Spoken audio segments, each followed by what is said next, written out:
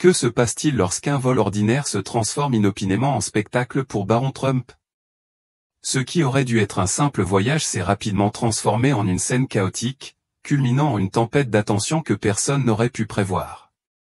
Le bourdonnement habituel d'un terminal d'aéroport très fréquenté remplissait l'air alors que les passagers se précipitaient vers leurs portes, mais c'est au moment où Melania entra que la situation prit une tournure inattendue. Un haut-parleur crépita lors d'un dernier appel d'embarquement qui se répercuta dans le terminal animé de l'aéroport Love Field de Dallas, signalant la fin de l'attente. À la porte C12, Baron Trump, assis parmi la mer de passagers, semble déplacé. Sa longue silhouette semblait bien trop grande pour le fauteuil exigu de l'aéroport, et il se pencha légèrement, son attention absorbée par la lueur de son téléphone alors qu'il tentait de se fondre dans l'anonymat de la foule. À 17 ans, sa vie était tout sauf typique, remplie à la fois de privilèges et de pression que peu de gens pouvaient imaginer. Pourtant, malgré son statut, Baron maîtrisait l'art de se fondre dans la masse, de rester invisible, même dans les espaces les plus publics. Mais ce jour-là, cette compétence sera mise à rude épreuve. Un homme plus âgé, un agent d'embarquement aux traits acérés et à l'air palpable d'impatience, se dirigea d'un pas vif vers la zone d'embarquement prioritaire. Ses yeux scrutèrent la foule, mais ils s'attardèrent sur Baron un instant de trop. Il y avait quelque chose dans l'attitude distante, presque nonchalante de l'adolescent qui semblait l'ennuyer. C'était peut-être la façon dont Baron était assis, ou le sweat à capuche décontracté et les baskets qu'il portait, mais le prochain geste de l'agent s'avérerait être le catalyseur de ce qui allait suivre. « Excusez-moi, jeune homme », la voix de l'agent coupa le faible bavardage du terminal, son ton dégoulinant de suspicion. « Êtes-vous sûr d'être dans le bon groupe d'embarquement ?» Baron se releva, pris au dépourvu mais gardant son sang-froid. « Oui, je le suis. »« J'ai un billet en première classe, » répondit-il calmement, sa voix reflétant les manières polies avec lesquelles il avait été élevé. Mais malgré son calme, le regard de l'agent ne s'adoucit pas. Il passa brièvement au téléphone de Baron, puis revint à son visage. L'examen était rigoureux. « Puis-je voir votre billet ?» demanda l'agent, la tension dans sa voix étant indubitable. Baron hésita un instant. Ce n'était pas la première fois qu'il était interrogé sans raison apparente, mais l'agressivité sous-jacente dans le ton de l'homme rendait cette interaction différente, plus pointue. Avec un léger soupir, Baron a remis sa carte d'embarquement, son nom, Baron Trump, clairement visible sur l'écran. L'agent le lit à haute voix, chaque syllabe étant suspendue dans les airs. Baron Trump, a répété l'agent, la voix chargée d'une pause. Un changement dans son expression était évident, mais au lieu d'apaiser la situation, elle semblait seulement se durcir. « L'attends ici, » ordonna-t-il sèchement. L'effet d'entraînement de la rencontre se propage rapidement. Les passagers près de la porte ont commencé à le remarquer, leur conversation chuchotée s'élevant comme un doux murmure. Baron, maintenant parfaitement conscient de la tension croissante, sentit une rougeur lui monter au cou, mais il garda son calme extérieur, son visage ne trahissant aucune émotion. Il avait l'habitude d'être le centre de l'attention, mais cela lui semblait différent, inconfortable. Ce n'était pas une curiosité ou une admiration habituelle, c'était tout autre chose. Quelques instants plus tard, l'agent d'entrée est revenu, non pas seul, mais flanqué d'un superviseur. La situation s'aggravait, mais Baron ne savait pas comment. « Il semble y avoir un problème avec votre billet », déclara l'agent avec fermeté. « Vous devrez vous retirer pendant que nous réglons cela. » Un froncement de sourcils tira sur les lèvres de Baron. « Quel est le problème ?» demanda-t-il, la frustration s'insinuant dans son ton. « J'ai réservé ce billet il y a des semaines. » La superviseure, une grande femme au comportement pragmatique, l'interrompit avant qu'il ne puisse protester davantage. « Nous nous en occupons, monsieur, » répondit-elle sèchement. « Et s'il vous plaît, éloignez-vous de la porte. » À contre-séhur, Baron s'exécuta, le poids de millions de regards se pressant sur lui. Il pouvait sentir les yeux des autres passagers suivre chacun de ses mouvements, certains d'entre eux sortant même leur téléphone, désireux de capturer ce qui se passait.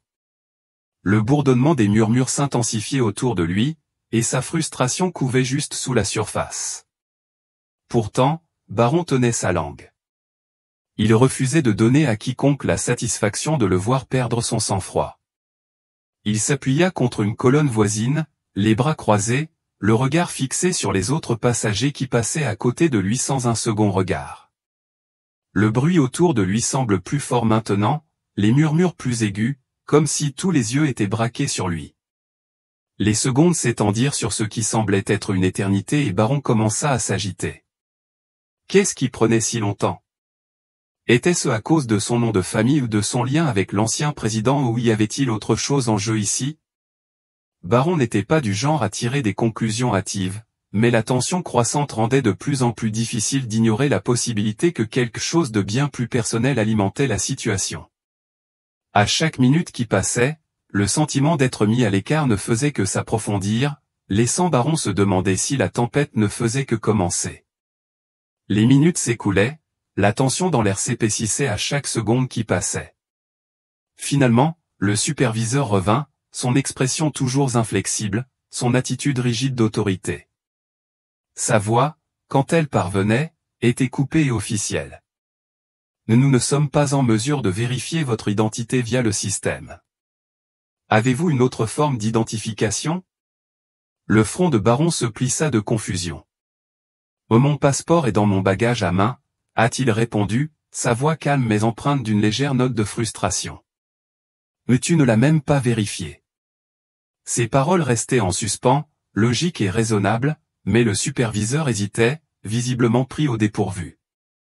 Malgré la réponse claire et rationnelle, le superviseur n'a pas été dissuadé.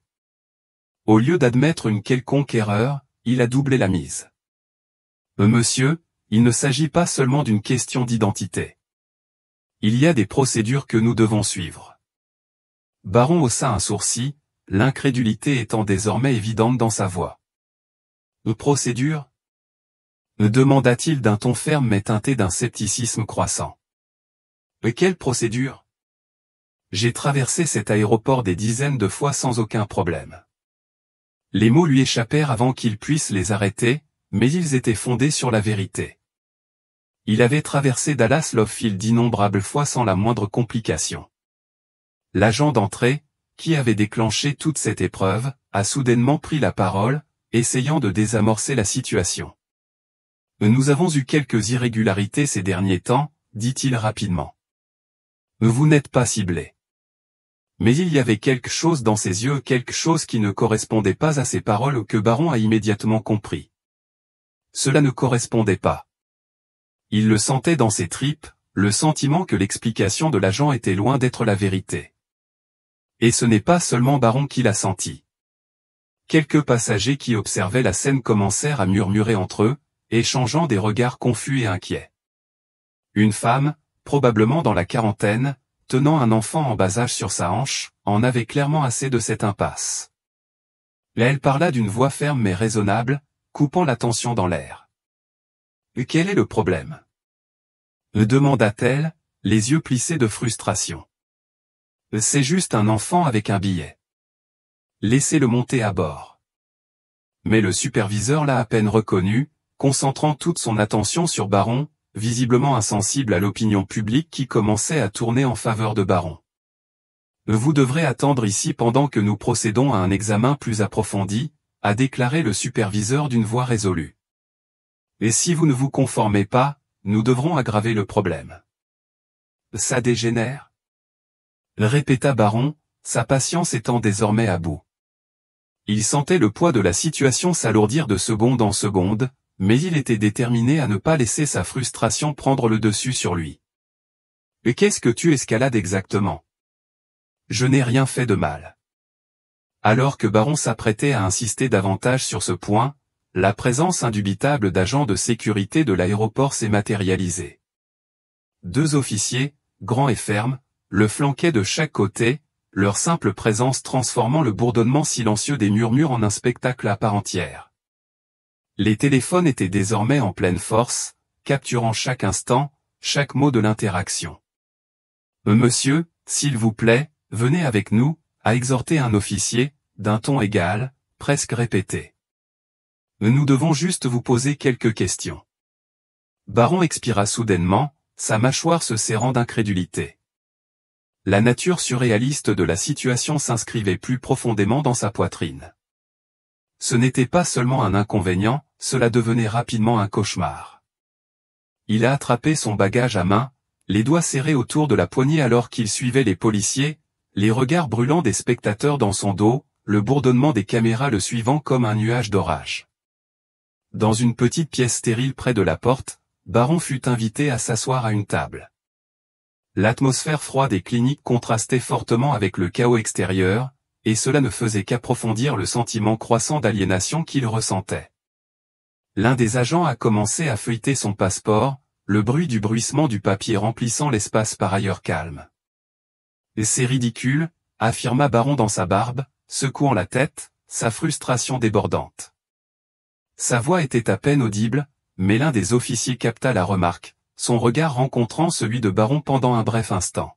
« Nous suivons simplement le protocole, mon fils, a déclaré l'officier, d'un ton dédaigneux, comme si cela aurait dû suffire à apaiser les inquiétudes de Baron. Mais ce mot, protocole, commençait à sonner comme une excuse creuse, un bouclier commode derrière lequel se cachaient les officiers. Plus Baron était interrogé, plus il devenait clair pour lui qu'il y avait un courant sous-jacent de non-dits dans la pièce. Il ne s'agissait pas seulement de procédure, cela semblait plus personnel.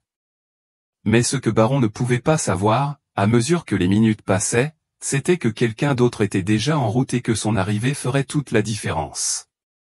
Sur la banquette arrière d'un élégant SUV noir, se faufilant dans les rues animées de Dallas, Melania Trump était assise calme et posée, son téléphone légèrement posé dans sa main. Ce qui était censé être un voyage de routine pour surprendre son fils après son vol avait soudainement pris une tournure bien plus urgente. Alors que son téléphone vibrait d'une cascade de messages textes et de notifications sur les réseaux sociaux, elle est restée calme, mais son expression a légèrement changé. Quelque chose n'allait pas. Un message a attiré son attention et son attention s'y est portée. Il se passe quelque chose avec Baron à l'aéroport. Les gens publient des vidéos. Ses doigts se déplaçaient rapidement sur l'écran, affichant un court clip vidéo. Les images montrent Baron, l'air de plus en plus frustré et déconcerté, entouré par des agents de sécurité, escorté loin de la porte. Melania a rejoué le clip 2 fois, son front se fronçant davantage à chaque visionnage. Son esprit s'emballait alors que les implications de ce qu'elle voyait lui pénétraient. Sans un instant d'hésitation, elle a regardé le chauffeur et a dit, d'une voix froide mais ferme, « Chauffeur, dépêchez-vous s'il vous plaît. » L'urgence discrète de ces paroles ne laisse aucune place à tout retard. Elle devait y arriver maintenant. Pendant ce temps, dans la petite pièce stérile de l'aéroport, Baron Trump était assis seul, le regard fixé sur le mur blanc devant lui. Les minutes s'éternisaient dans un silence étouffant. Les officiers étaient sortis pour vérifier ses références, ne lui laissant que ses propres pensées dans lesquelles se concentrer. Il ne savait pas qui appeler ni comment expliquer la situation bizarre qui se déroulait autour de lui. Ses mains, légèrement posées sur la table, frappaient involontairement un rythme, un battement d'anxiété subconscient qu'il ne réalisait même pas qu'il produisait. Le temps semblait s'étirer, chaque seconde semblait plus longue que la précédente, et le sentiment que quelque chose n'allait pas le rongeait sans relâche. Juste au moment où le silence semblait insupportable, la porte s'ouvrit en grinçant et le surveillant de tout à l'heure réapparut, son expression resta illisible. « Nous travaillons toujours à clarifier la situation », a-t-il déclaré, ses yeux évitant ceux de Baron. Ses paroles étaient creuses, manquant de véritable réconfort. Cela ne devrait pas durer longtemps. Combien de temps encore ? Demanda Baron, son ton plus aigu maintenant, sa patience s'effilochant à chaque instant qui passait. Vous avez toutes mes informations depuis presque 1 heure. Le superviseur hésita, ses lèvres remuèrent comme s'il s'apprêtait à parler mais peinait à trouver les mots justes. Après un moment, il marmonna à nouveau quelque chose à propos des procédures, avant de se retirer rapidement de la pièce, ses pas s'effaçant alors que Baron expirait de frustration. Il passa une main dans ses cheveux, le poids de la situation pesant plus fort sur lui. Il ne s'agissait plus seulement d'un malentendu au sujet d'un billet ou d'une pièce d'identité, cela ressemblait à quelque chose de bien plus profond, de personnel. Mais quoi ? Il ne pouvait s'empêcher de ressentir le sentiment d'être mis à l'écart, traité différemment pour des raisons qu'il ne parvenait pas à comprendre. À l'extérieur du terminal, l'élégant SUV noir transportant Melania Trump s'est arrêté sur le trottoir. Elle est sortie avec une grâce déterminée, sa posture attirant l'attention même dans la simplicité discrète de sa tenue. Ses talons claquèrent soudainement contre le sol ciré de l'aéroport, le son résonnant dans le terminal animé. Elle n'avait pas besoin de faire une grande entrée. Alors qu'elle traversait la foule, les gens s'écartaient instinctivement, leurs yeux la suivaient à chaque pas. Sa présence, silencieuse mais indéniablement puissante, exigeait de l'attention sans un seul mot. Alors que Melania s'approchait de la porte où l'incident s'était produit, le murmure des chuchotements devint plus fort. Les passagers l'ont immédiatement reconnu, leur téléphone désormais éteint et pointé dans sa direction. Certains d'entre eux ont même discrètement indiqué la zone où Baron avait été emmené. La prise de conscience croissante qu'elle était là pour remédier à la situation n'a fait qu'amplifier la tension dans l'air. « Excusez-moi » a dit Melania à un employé de la compagnie aérienne à proximité, d'une voix calme mais ferme. « Vous et mon fils ?» L'employé cligna des yeux de surprise, visiblement déconcerté par la franchise de sa question. « Madame, laissez-moi vérifier, balbutia-t-il, mais Melania n'attendit pas de réponse. Ses yeux, vifs et concentrés, scrutaient la zone, à la recherche de tout signe de Baron. Lorsqu'elle repéra la petite pièce où il était détenu, son pas s'accéléra, ses pas déterminés. Elle atteignit la porte juste au moment où les deux agents revenaient aux côtés de Baron, et au moment où ils la virent, ils se figèrent sur place. Leur visage exprimait un mélange de surprise et d'appréhension, et la tension dans la pièce monta en flèche. « Que se passe-t-il ici ?» La voix de Melania était calme, mais elle contenait un poids qui exigeait des réponses. Sa présence dans la salle est désormais indéniable, et tout le monde peut la ressentir. « Madame Trump » a commencé l'un des policiers, cherchant ses mots, visiblement troublé par son arrivée. « Ce n'est qu'un protocole standard. »« Protocole ?» Melania l'interrompit, son regard glacial alors qu'il se fixait sur l'officier. « Vous tenez mon fils dans une petite pièce sans aucune explication.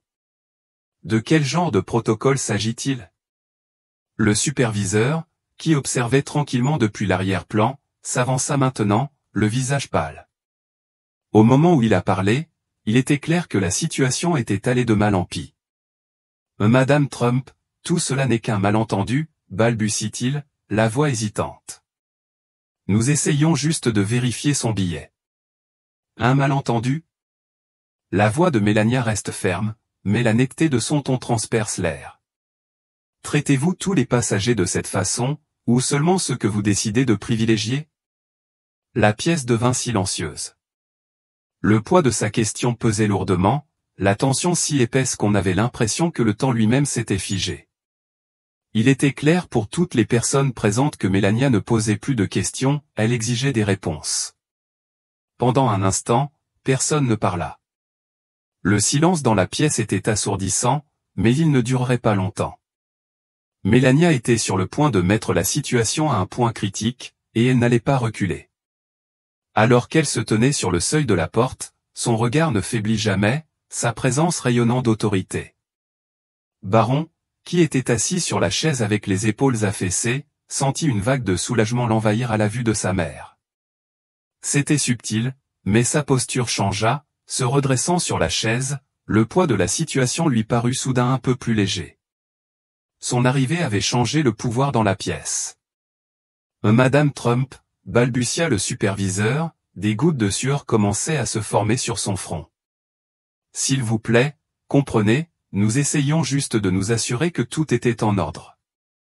Ce n'est pas dans l'ordre, l'interrompit brusquement Melania, son ton traversant l'air comme un couteau. Vous aviez son billet, son passeport et son nom. De quoi d'autre avez-vous besoin? Une invitation écrite pour monter à bord de l'avion? La surveillante tressaillit devant la force de ces paroles mais tenta de se ressaisir. Nous avons marqué son nom dans le système, et cela a nécessité des vérifications supplémentaires. Melania inclina légèrement la tête, ses lèvres se pinçant en une fine ligne alors qu'elle traitait ces mots. Est signalé parce que c'est mon fils, ou parce que quelqu'un a décidé qu'il n'avait pas sa place en première classe aujourd'hui? Les officiers échangèrent des regards inquiets, aucun des deux ne voulant être celui qui répondait. L'air devenait épais de tension, le silence s'étendant plus longtemps que quiconque n'était à l'aise. Finalement, l'un des policiers s'éclaircit la gorge, mais le son ressemblait plus à une faible tentative de briser le silence insupportable qu'à une véritable réponse. La salle retenait son souffle, attendant les prochains mots à venir, des mots qui résoudraient la situation ou l'aggraveraient encore davantage.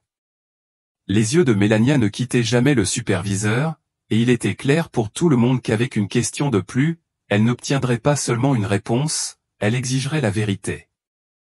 C'est une procédure standard, madame. Nous n'étions pas au courant de sa relation avec vous jusqu'à maintenant.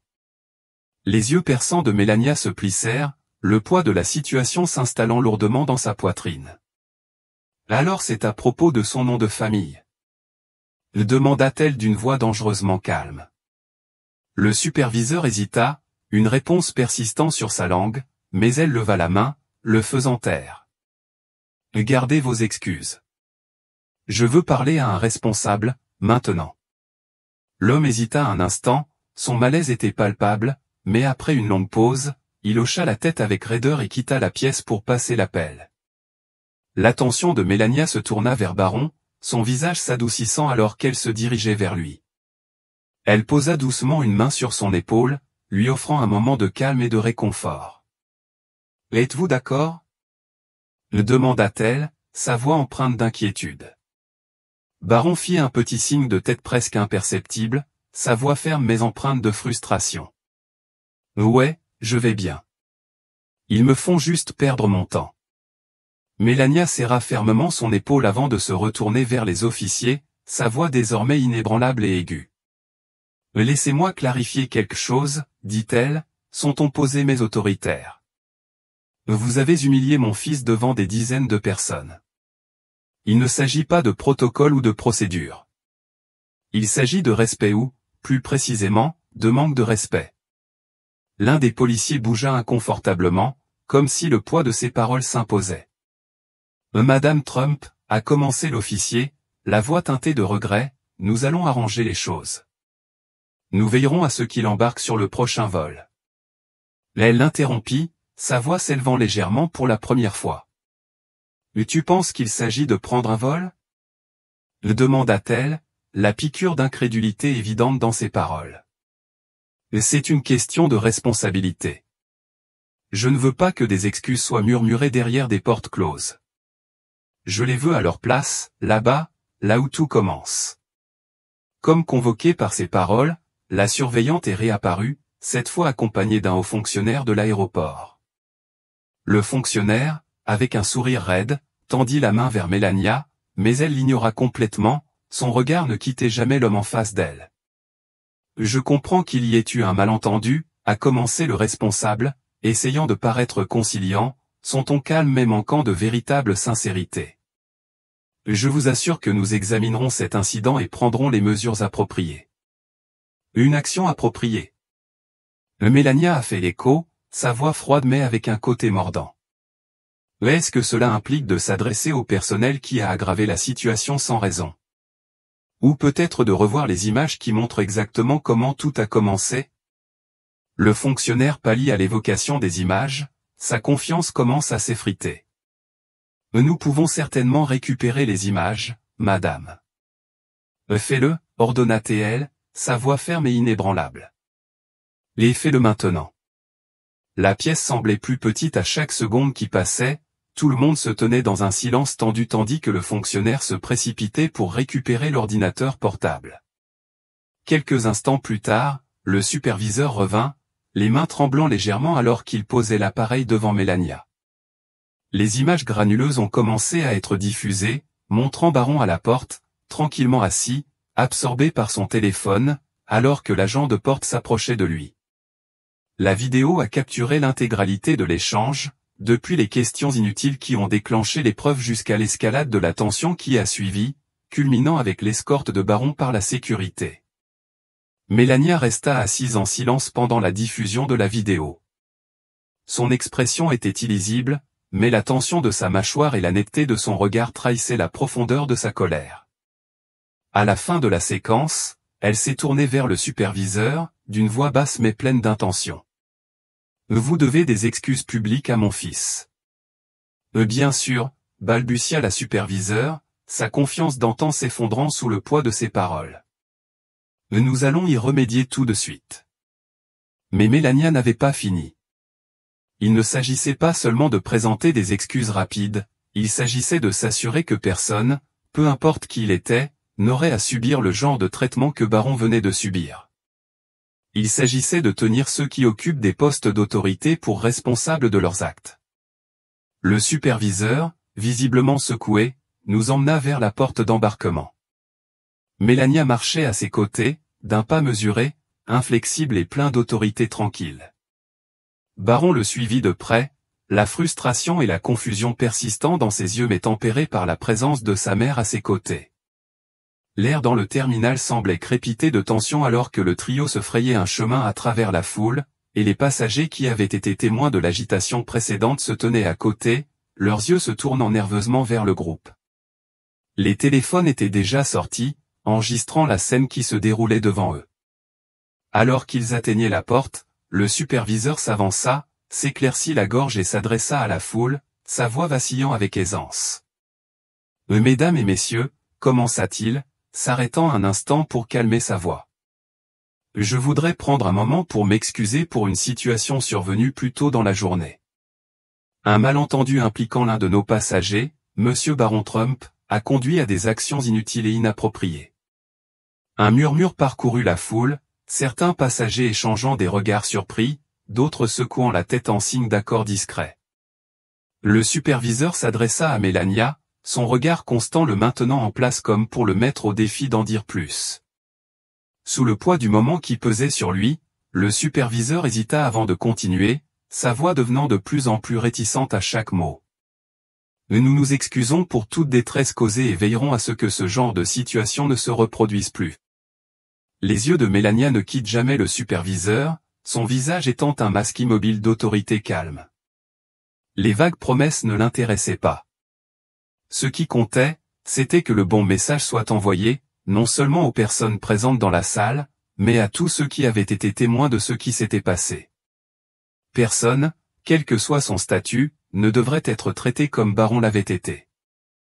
Et il était clair que, grâce à la force de sa présence et au poids de ses paroles, Mélania veillerait à ce que ce ne soit pas seulement ses excuses qui faisaient la différence, mais bien la responsabilité qui en découlait. Le superviseur se tenait à la porte, retenant désormais fermement l'attention de tout le monde autour de lui. « Je tiens à préciser, dit-il d'une voix plus ferme qu'auparavant, que ce jeune homme n'a rien fait de mal. L'incident est entièrement dû à une erreur de notre part, et pour cela, nous regrettons profondément la gêne occasionnée. » Causez. Baron se tenait tranquillement, les mains dans les poches, l'expression neutre de son visage cachant le poids de la situation. À l'intérieur, cependant, il ressentait un courant d'émotions sous-jacentes, un mélange d'incrédulité, de frustration et un sentiment d'injustice. Il ne s'agissait pas seulement de ce qui lui était arrivé, il s'agissait du principe plus large de la façon dont les gens sont traités en public, de la façon dont des hypothèses sont formulées sans compréhension. Mélania fit un pas en avant, sa présence posée attirant tous les regards dans la pièce. C'était une femme qui parlait peu, mais quand elle parlait, cela attirait l'attention. « Merci pour vos paroles, dit-elle, d'un ton calme mais résolu. Mais les mots ne suffisent pas. Il ne s'agit pas seulement de mon fils. Il s'agit du principe de traiter chaque individu avec respect et dignité, peu importe qui il est ou d'où il vient. » La pièce devint silencieuse. Ce n'était pas seulement une déclaration, c'était une vérité qui flottait dans l'air, ressentie par tout le monde dans le terminal. Le poids de ces paroles, calmes mais tranchantes, coupait l'attention comme une lame. « Oh, mon fils porte peut-être un nom qui attire l'attention, a poursuivi Mélania, le regard inébranlable, mais c'est aussi une personne, un jeune homme qui mérite d'être traité équitablement, comme devrait le faire chaque passager de cet aéroport. Que ceci soit un rappel. Pour nous tous de faire une pause et de réfléchir avant d'agir, de nous rappeler que le respect ne se mérite pas par le statut, mais par l'humanité que nous partageons tous. La foule a éclaté en applaudissements, les passagers se sont montrés solidaires du message qui a transcendé le moment. Le superviseur baissa la tête, le visage rouge d'embarras. L'énergie dans le terminal passe d'une énergie d'inconfort et de division à une énergie d'unité et de compréhension. Alors que les applaudissements se calmaient progressivement, une femme avec un enfant en bas âge dans les bras s'est approchée de Melania et Baron. Elle leva les yeux vers eux, sa voix douce mais sincère. « Je voulais juste te dire que je suis désolée pour ce que tu as vécu, » a-t-elle déclaré. Ce n'était pas bien. Melania lui fit un sourire chaleureux, ses yeux reflétaient une véritable appréciation. Merci. Cela signifie beaucoup. Baron hocha la tête, sa gratitude évidente, tout en continuant à gérer le tourbillon de la situation. Mais l'échange n'était pas la fin. Ce n'était que le début d'une conversation ou une conversation qui dépassait un simple incident. Il s'agissait de respect, d'égalité et de responsabilité dans des espaces où ces valeurs sont souvent négligées. Alors que la zone d'embarquement commençait à s'installer, le personnel de la compagnie aérienne, marchant clairement sur des œufs, a veillé à ce que Baron et Melania soient bien pris en charge, en leur offrant des rafraîchissements et un embarquement prioritaire. Melania a poliment refusé, non pas par grossièreté mais parce qu'il ne s'agissait pas de les dédommager, mais du principe de ce qui s'était passé. Ils ont été escortés jusqu'au salon en attendant le prochain vol. L'espace était plus calme, plus paisible, mais Baron restait perdu dans ses pensées, ses yeux dérivant parfois vers la fenêtre. « Je ne m'attendais pas à tout ça, » dit doucement Baron après un moment, brisant le silence qui s'était installé entre eux. Melania leva les yeux de son téléphone, son expression s'adoucissant alors qu'elle l'étudiait. « Vous vous êtes bien comporté, » répondit-elle, la voix empreinte de fierté. « Ce n'est pas facile de rester calme dans des moments comme ça. » Baron haussa les épaules, sa voix désinvolte mais portant le poids de son expérience.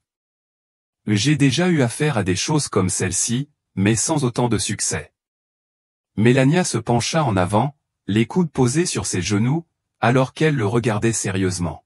« Et c'est exactement là le problème, » dit-elle, sa voix empreinte d'une force tranquille. « Personne ne devrait avoir à s'habituer à être traité injustement, que ce soit vous, moi ou quelqu'un que personne ne reconnaît. Le respect ne devrait jamais dépendre d'un nom de famille ou d'une apparence. » Baron hocha lentement la tête, les mots de sa mère s'installant profondément. Il n'avait jamais pleinement compris à quel point le poids de son nom de famille avait façonné la façon dont les gens le percevaient eux, mais maintenant, avec la clarté brute des événements de la journée, cela semblait bien plus réel. « Tu penses qu'ils vont vraiment changer quoi que ce soit après ça ?» demanda Baron, la voix teintée d'une pointe de doute. Melania pencha pensivement la tête, plissant les yeux alors qu'elle réfléchissait à la question. « Peut-être pas aujourd'hui, » dit-elle après un moment. « Mais des moments comme ceux-ci s'additionnent. Les gens le remarquent, et parfois il suffit qu'une seule personne se lève pour faire réfléchir les autres à deux fois avant d'agir. » Alors qu'ils étaient assis dans le salon, Melania sortit son téléphone, le doux clic des touches ponctuant le silence entre eux. Quelques instants plus tard, un tweet est apparu sur son profil, avec des mots simples mais puissants. « Aujourd'hui, mon fils a vécu quelque chose que personne ne devrait avoir à endurer, être jugé avant d'être compris. Cela nous rappelle qu'il faut traiter chacun avec dignité, quel que soit son nom ou son origine. Le respect est universel. Faisons mieux. » La publication a rapidement gagné du terrain, suscitant des discussions en ligne sur les préjugés, la responsabilité et l'importance du respect dans les espaces publics. Baron a fait défiler les réponses, un mélange de soutien et de critique lui traversant l'esprit, mais il y avait un indéniable sentiment de validation dans les messages de soutien. La plupart des réponses font écho au sentiment selon lequel la justice et la dignité ne devraient pas être négociables. Il était enfin temps de monter à bord du vol. Melania et Baron se dirigèrent ensemble vers la porte, le personnel étant désormais visiblement plus accommodant et désireux de garantir que leur expérience se déroule sans heurts.